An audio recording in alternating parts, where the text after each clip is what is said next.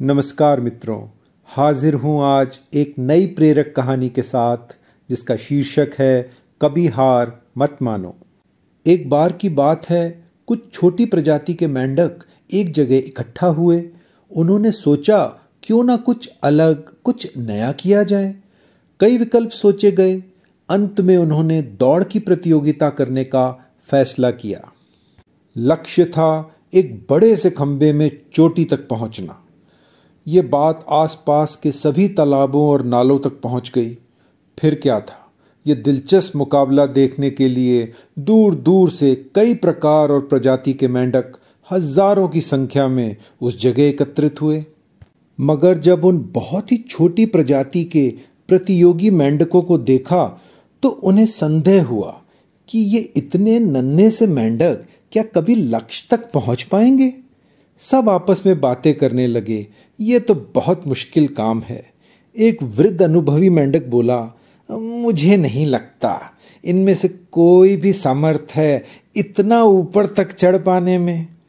दूसरे साथी ने कहा, सही दोस्त, मुझे भी विश्वास नहीं है कि इनमें से किसी के पास भी कोई योग्यता है इतना ऊपर तक चढ़ने की। अब सभी दर्शकों को यकीन हो गया ये बहुत मुश्किल लक्ष्य है और शोर मचाने लगे, ये रहने दो, ऊपर से गिर जाओगे, ये प्रयत्न बेकार कर रहे हो।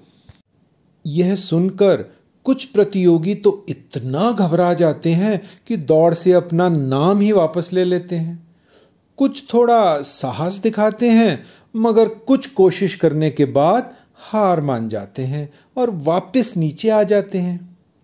दर्शक मेंढक अभी भी बचे हुए प्रतियोगी छोटे मेंढकों पर चिल्ला रहे थे, तुमसे नहीं होगा, अब वापस आ जाओ। धीरे धीरे सभी प्रतियोगी मेंढक ये महसूस करने लगे कि वो ये नहीं कर पाएंगे। उन्होंने मान लिया कि वरिष्ठ दर्शक मेंढक सही कह रहे हैं और वापस आने के लिए सही सलाह दे रहे हैं। सभी वापस आने लगते हैं, मगर एक को छोड़कर। वह किसी की नहीं सुन रहा था, बस अपने लक्ष्य को देखता और ऊपर ही चढ़ता रहा। और सभी मेंढकों के लाख समझाने के बावजूद वो ऊपर की तरफ ही चढ़ता रहा। फिर वो क्षण भी आया जब वह सच में चोटी तक पहुंच जाता है। सभी स्तब्ध और चकित थे कि उस छोटे से मेंढक ने यह नामुमकिन काम कैसे कर दिया। सब विजयी मेंढक से जानने के लिए उत्सुक थे कि क्या कारण है जिससे यह असंभव काम संभव हो पाया। उसने इतना सामर्थ्य, इतनी ताकत कैसे जुटाई, हमारे लाख समझाने पर भी।